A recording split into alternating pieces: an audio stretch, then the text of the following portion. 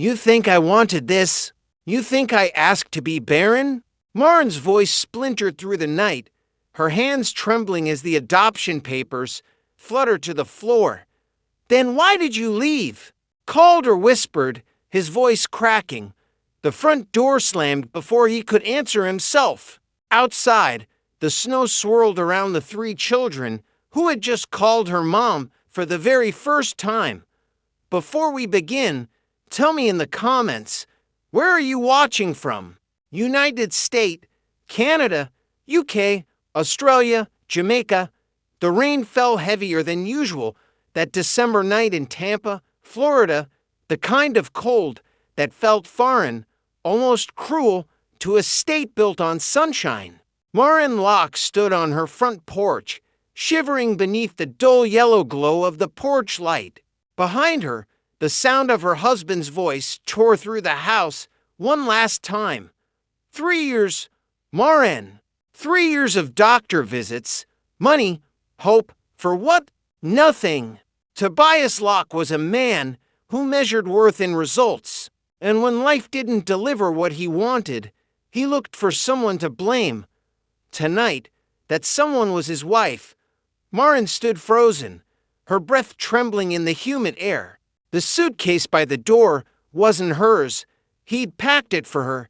You can't mean this, she whispered. Tobias didn't answer. He just stared through her like she was already gone.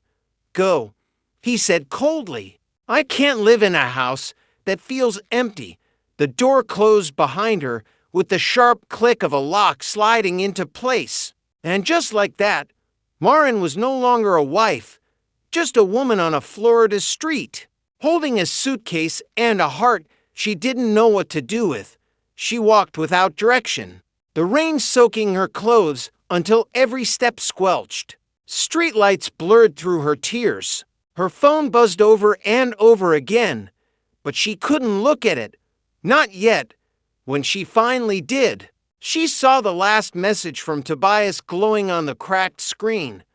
Don't ever come back. The words hit harder than the cold. Somewhere down the road, a neon diner sign flickered. Benny's Diner, open all night. She stepped inside, dripping onto the tiled floor. Sweetheart, you okay? Asked a waitress with worry etched into her face. Maren nodded, forcing a smile. Just cold, that's all.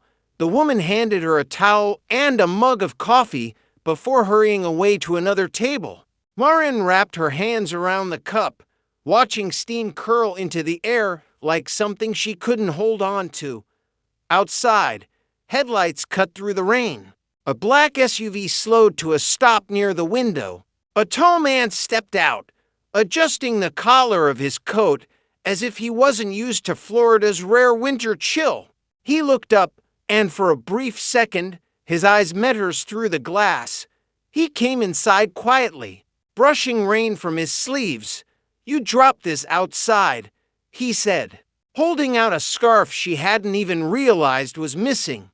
Oh, she stammered. Thank you. He nodded once.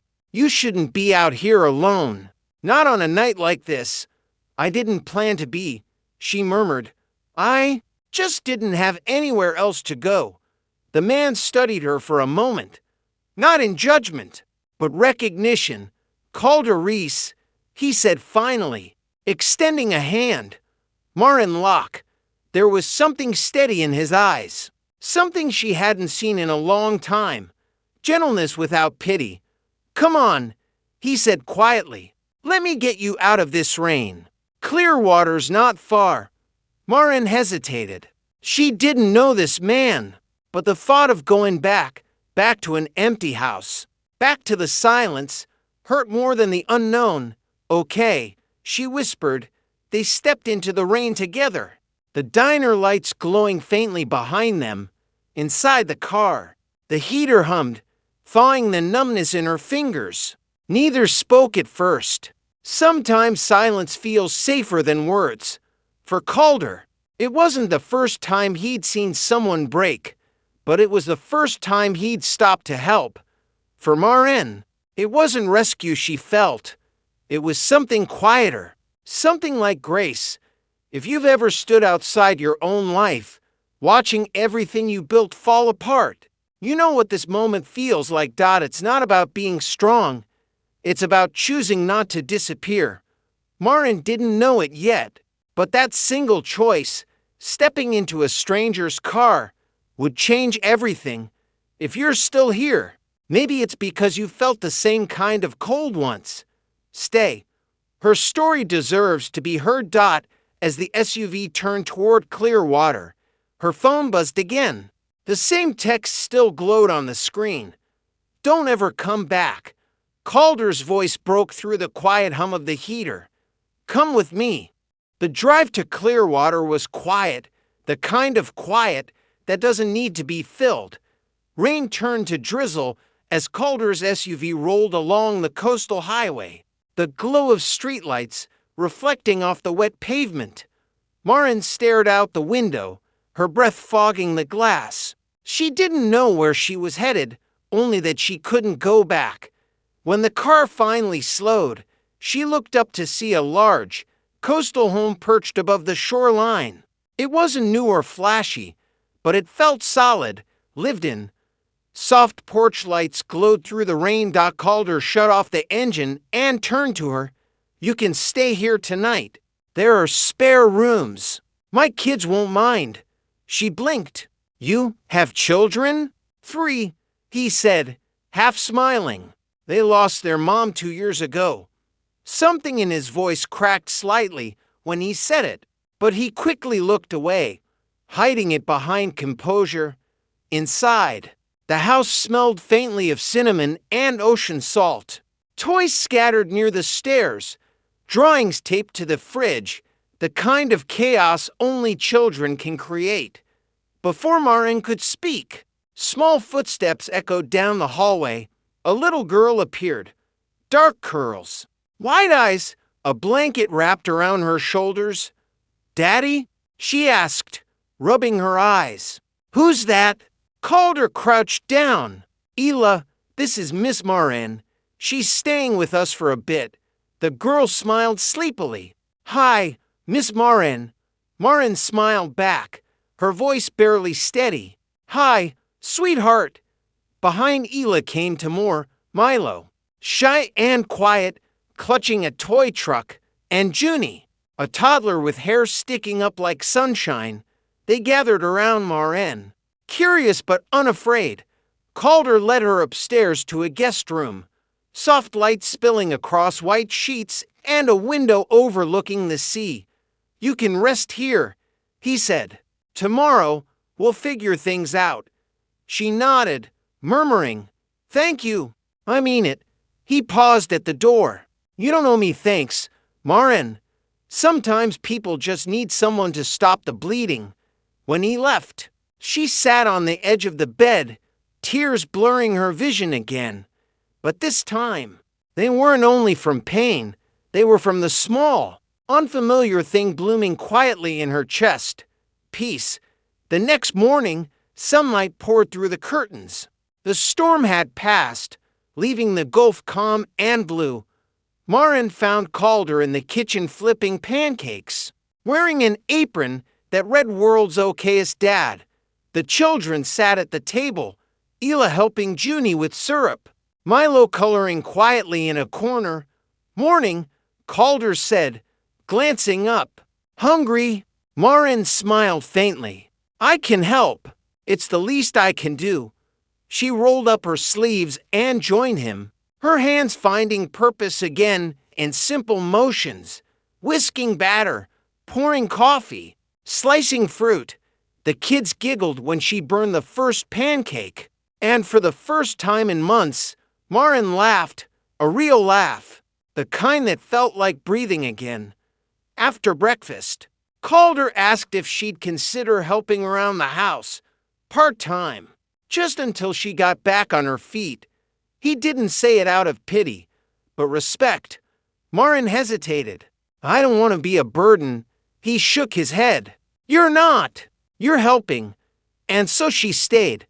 Days turned into a quiet rhythm, mornings filled with the sound of waves, Afternoons spent painting with Ela on the porch, teaching Milo how to read tricky words, and chasing Junie through the garden. The house that once echoed with loss slowly began to sound like laughter again. At night, after the kids went to bed, Maren would sit by the window, watching the horizon where the ocean met the sky, and wonder how something as broken as her could ever feel whole again. But Calder saw it, the change in her, the way she'd gone from trembling silence to soft hums while washing dishes. He'd been through enough grief to recognize when someone was learning to breathe again. Soft piano rises. Camera metaphorically pans over the peaceful house. Sea breeze flowing through open windows. The neighborhood whispered about the new woman at Calder's place, the one who showed up in a storm and somehow brought light back into a house that had gone dark. But inside those walls, there was no gossip, only quiet gratitude. Maren became part of the home, though she didn't call it that. Not yet. Every night before bed, Junie would tug on her sleeve. "Read, Mama," she'd ask accidentally, then quickly correct herself with wide eyes. "I mean, Miss Maren," and every time, Maren's heart cracked and healed all at once. Soft, reflective narration. Ocean waves fade under piano if you've ever watched someone rebuild themselves from ashes. You know, healing doesn't look like strength. It looks like standing in a stranger's kitchen, making pancakes for children who aren't yours, yet somehow feel like they've always been. Maren didn't know she was healing. She just knew she was needed. And sometimes, that's enough reason to stay.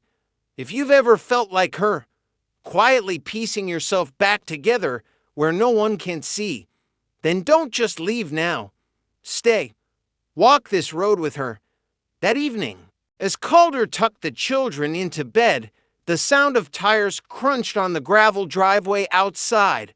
A sleek black car pulled up. A woman stepped out. Silver hair, sharp gaze, wrapped in a fur coat.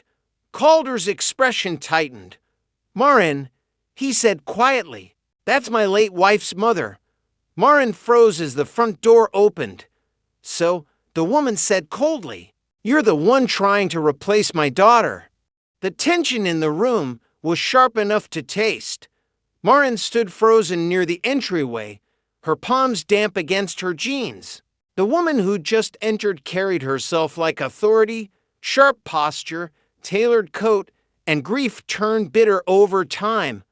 Her name was Maren Hale, Calder's former mother-in-law, and though her voice was calm, her eyes burned with accusation. "So you're the one," Margot said coldly, "the woman who thinks she can replace my daughter." Maren's breath caught. "I'm not. I would never." "Don't bother denying it," Margot interrupted. "You show up here, living under his roof, cooking for my grandchildren, pretending this is your home." Calder stepped forward, his jaw tight. "That's enough, Margot. She has no right to be here." Margot snapped. "You think they've forgotten their mother because some stranger smiles at them?" The words hit Maren harder than she expected. She hadn't come here to take anyone's place, but hearing it said out loud twisted something deep inside her. Calder's voice dropped low. "Margot, I asked her to stay. She's helping the kids. And me. You don't get to walk in here and tear that down." Margot's expression faltered, pain flickering behind her anger. "Helping or replacing?" The silence that followed was unbearable.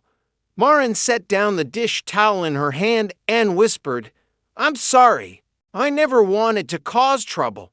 She turned before anyone could stop her, slipping out the door and into the cold night air. Outside, the sky was bruised with gray. A soft flurry of snow drifted down, rare for Clearwater, almost impossible. But there it was, swirling in the lamplight. Maren walked until her feet led her to the shoreline behind the house. The ocean stretched endlessly before her, waves whispering secrets She couldn't understand. Her tears mingled with the snow melting on her cheeks. She whispered to no one, "Maybe she's right. Maybe I don't belong anywhere." Behind her, footsteps approached. Slow, steady. "Maren," Calder said quietly, "you shouldn't be out here." She turned slightly, eyes red. "I didn't mean to make things worse. I know how this must look." Calder stood beside her, hands in his coat pockets. For a long time, neither spoke. The snow kept falling, soft and unreal, covering the sand like a white veil. When he finally spoke, his voice was low. "You didn't make anything worse. Margit's been carrying guilt for years. She thinks keeping the pain alive means keeping her daughter close." Maren looked up at him, confused. "You never talk about her. Your wife." He exhaled, his breath visible in the cold air. "Her name was Leanne. She was kind. Funny, she made this house feel like sunlight. But the day Junie was born, we lost her, and a part of me went with her." Maren's heart clenched. She wanted to reach for him, but didn't. "I'm so sorry, Calder." He nodded slowly. "For a long time, I thought loving anyone again would mean betraying her memory. But then you showed up, and suddenly, the house didn't sound like silence anymore."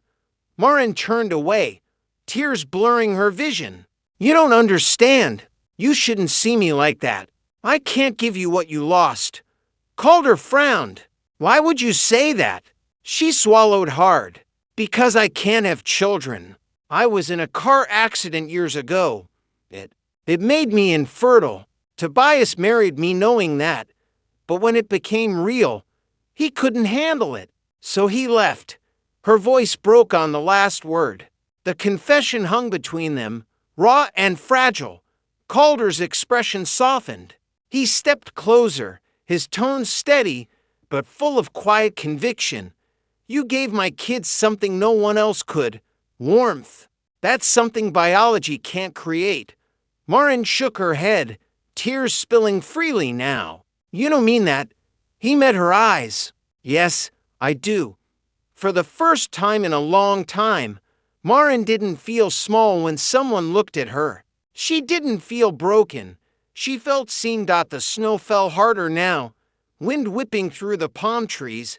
Calder offered his hand, hesitating just enough to let her decide. She didn't take it. Not yet. But she didn't walk away either. Soft piano begins to rise. Narration slows to reflective pace. That night, when Calder returned to the house alone, Margot was gone. She'd left quietly, perhaps realizing that pain wasn't something that could be protected by anger. Upstairs, the children slept soundly, and though Maren's room was empty, a small drawing lay on her pillow, 3 stick figures holding hands. With the words written in crayon, "Miss Maren makes Daddy smile again." Soft instrumental fades lower. Suspense tone begins. Calder stared at the drawing, emotion tightening his throat. He didn't know where she'd gone, but he knew he couldn't lose her. Not like he lost Leanne. He grabbed his coat and stepped back into the night. But before he could make it to the car, headlights appeared at the end of the driveway. A sleek silver sedan pulled up, tires crunching over the gravel. The window rolled down, and a voice called out through the cold air. "Calder, Reese?" Calder froze. The man behind the wheel stepped into the light, tall, sharp suit, confidence laced with arrogance. Maren's heart dropped when she saw him. Tobias. The air between them went still. Calder's hand curled into a fist. Tobias smiled without warmth. "I think you have something that belongs to me." Tobias stepped out of the car like a man who believed the world still owed him something. His suit was too crisp for the weather, his expression too confident for the situation. Maren froze where she stood, halfway between the driveway and the porch. The cold night air burned her throat as she whispered his name. "Tobias." He smiled, that same polished smile he used to wear at dinner parties, all charm and poison. "So you are here," he said. "I had to see it for myself. My wife, living in another man's house." Calder took a slow step forward, his tone calm, but cold. "She's not your wife anymore. You made sure of that." Tobias's smirk didn't fade. "Oh, I made mistakes. But we all do. Maybe I was harsh. Maybe I didn't handle things well. But I came to make things right." Maren shook her head, disbelief and anger rising together. "You threw me out in the middle of a storm. There's no making that right." He reached into his coat pocket, pulling out a folded piece of paper. "Our divorce isn't finalized yet. And let's just say, my situation's changed. The real estate market's a mess. I could use a partner who knows how to keep a home in order." Calder's jaw clenched. "You came here because you need her money." Tobias didn't deny it. He laughed lightly, as if the truth didn't matter. "Call it what you want. We had something. Maren, you know we did. You think this guy," he gestured at Calder, "is your savior? He'll get bored." "They all do." The words hit her like a slap, not because they were true, but because once, a long time ago, she'd believed them. Calder took another step forward. "You need to leave. Right now." Tobias's smile faded. "You think you can just steal my wife?"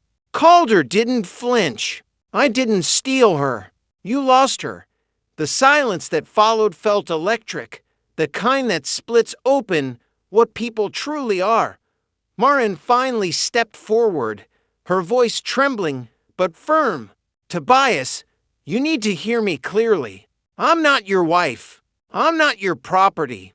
And I'm not the woman who begged you to stay anymore." Tobias's jaw tightened. "You're making a mistake." "No," she said, eyes steady. "The mistake was thinking love meant suffering in silence." The wind picked up, whipping her hair across her face. She didn't move. "I'm done living small just to make someone else feel big." Calder stood behind her, saying nothing, because she didn't need anyone to defend her anymore. For the first time, Maren looked her past straight in the eye and let it go. Tobias stared at her like he didn't recognize the woman standing there. Maybe he didn't. He took a step back, shaking his head. "You'll regret this." She didn't answer. She didn't have to. When his car finally pulled away, the sound of gravel under the tires was the sound of freedom. Inside, the children were asleep. The house was quiet again. But it felt different now. Alive. Calder turned to her. "You okay?" Maren nodded slowly. "For the first time in years, I think I am." He looked at her, his eyes warm. "Come with me." Confused, she followed him into the living room. On the table sat a small stack of papers. He slid one across to her. "I started this a while ago, to name a legal co-guardian for the kids. I couldn't decide who to trust." Her eyes widened. "Calder, I'm not asking for an answer right now," he said softly. "Just think about it." Maren's voice broke. "You don't have to do this for me. I'm not doing it for you," he said. "I'm doing it because of you." Their eyes met, two people who had been broken in different ways, somehow finding the missing pieces in each other.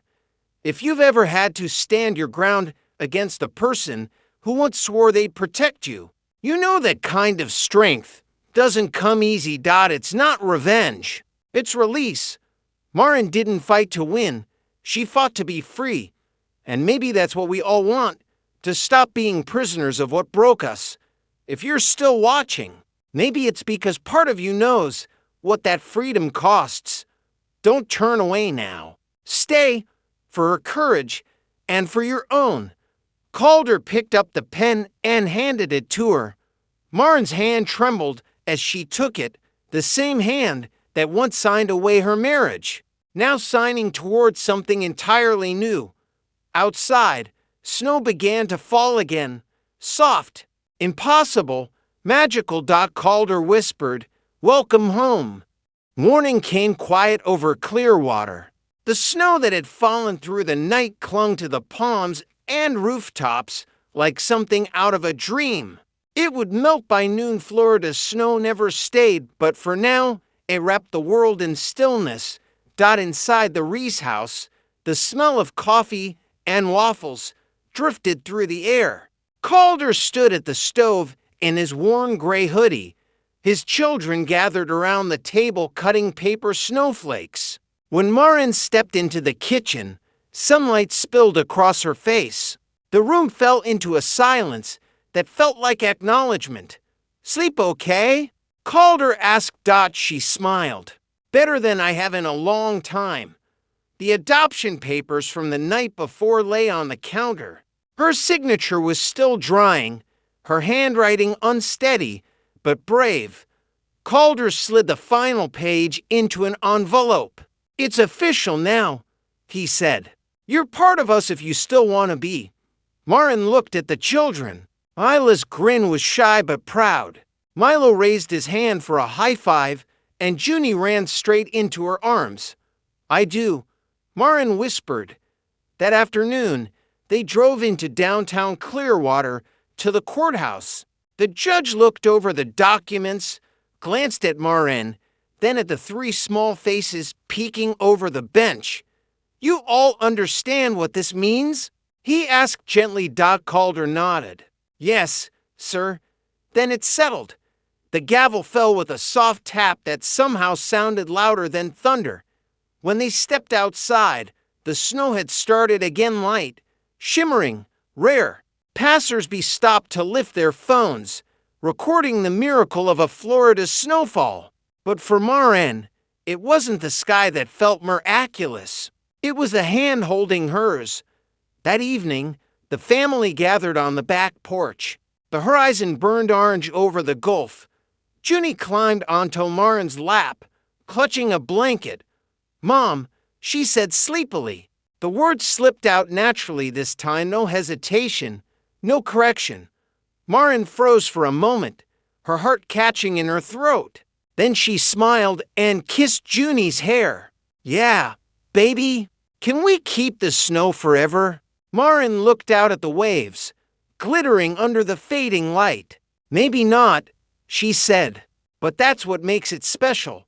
Calder turned toward her, his voice low. "You know, when you showed up that night, I thought I was helping you. I didn't realize you were about to save all of us." She laughed softly, tears slipping free. "Guess we both needed rescuing." He reached over, brushing a strand of hair from her face. "You're home now, Maren, for good." Life didn't suddenly become perfect.